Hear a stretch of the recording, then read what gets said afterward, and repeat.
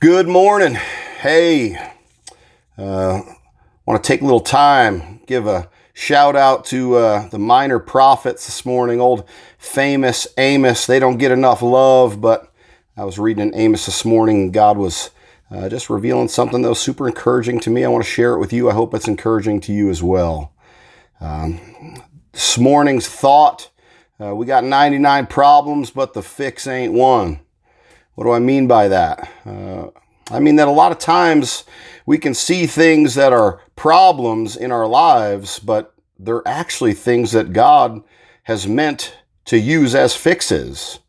In the book of Amos, we're going to talk about chapter 4, but a couple chapters prior to that, chapter 2, he pronounces judgment on Judah. And basically what he says to Judah is, I'm not going to revoke this punishment on you. I'm bringing fire on you because you have rejected the law. You have turned from me.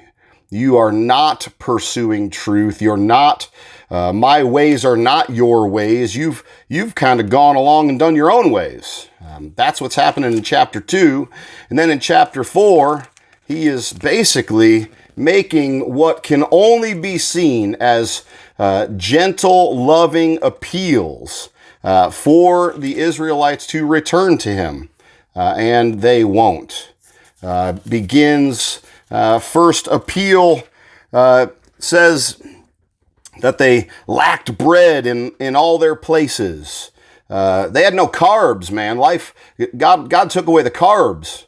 And if you know anything, when the carbs get taken away, whether it comes in the form of eating carbs or some of you may prefer to drink them, but either way, when they get taken away, it's difficult. It poses a problem, but we need to be asking why. Why is this happening? The next thing that goes on is he takes away the rain for 3 months. All their fields are withering up. So they're trying to provide their provision or means of provision is taken away. And rather than ask why, they just say, well, that city's getting rain. We're heading there. They're trying to fix their problems themselves. But y'all, we can't fix our problems. He is the one that fixes all problems. He also fixes the fixes to fix our problems. Goes on. I mean, they say that he actually goes ahead and brings mildew on the gardens and vineyards. So even though they weren't getting rain over here, they're chasing down provision and food elsewhere. Well, he brings mildew on that. He's making that stuff rot. He's saying, hey, you're still not listening to me. Listen, stop trying to fix what's going on. Like, I have these things for a purpose. This purpose is that you'll turn back to me. It goes on. It says that he made the stench of their camp go up into their nostrils. This is terrible. I mean, who literally cuts a big old nasty fart and just sits in it? No, dude, nobody does that. You hightail it out. You say, yo, I'm not sticking around here. I'm out. I gotta go. But they didn't. They stayed put. They're not recognizing what's going on. They're thinking, woe is me, woe is me. I have all these problems. What they're not ever asking is, why is this stuff happening? Why is this going on? It had a purpose. Listen, God is the one who fixes all problems. Here's what we need to know, though. If you try to fix the fix that he's fixed to fix you, he's going to fix another fix to fix you. He's God. He is gently over and over and over and over appealing to them. Return to me. Return to me. Take your eyes off of the things that you're so concerned about and return. They wouldn't do it. They wouldn't do it. Well, listen, what happens at the end of this chapter? The end of this chapter, the Assyrians come and they lay waste to them. You might say, oh my goodness, what happened there? Like, that was kind of, maybe they thought this came out of nowhere. God's saying, stop it. It didn't come out of nowhere.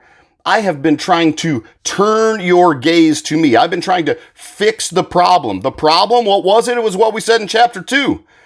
They had neglected the truth. They turned from his ways. They were doing their thing, and they weren't about doing God's thing. They weren't doing what he had created and ordained for them to do.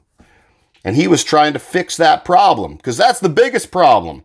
He fixed the biggest problem. He sent Jesus to fix the biggest problem that we'll ever face in life. And then somehow we think that, well, as long as the big problem's fixed, I'll go ahead, jump in self-sufficiently and fix all these little problems. No. Every problem is fixed the same way. He's the one that brings change. He's the one that can fix, if you will, the problems in our lives. We must depend on him. We must rely on him. He will set things up over and over and over and over. And what we need to do when we see the things is, by the grace of God, say, why is this happening?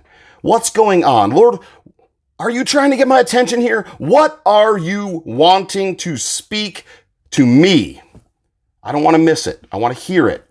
I don't want to go to the next thing, to the next thing, to the next thing, and keep having these things fall upon me because I'm not listening to what you said earlier. Here's the deal.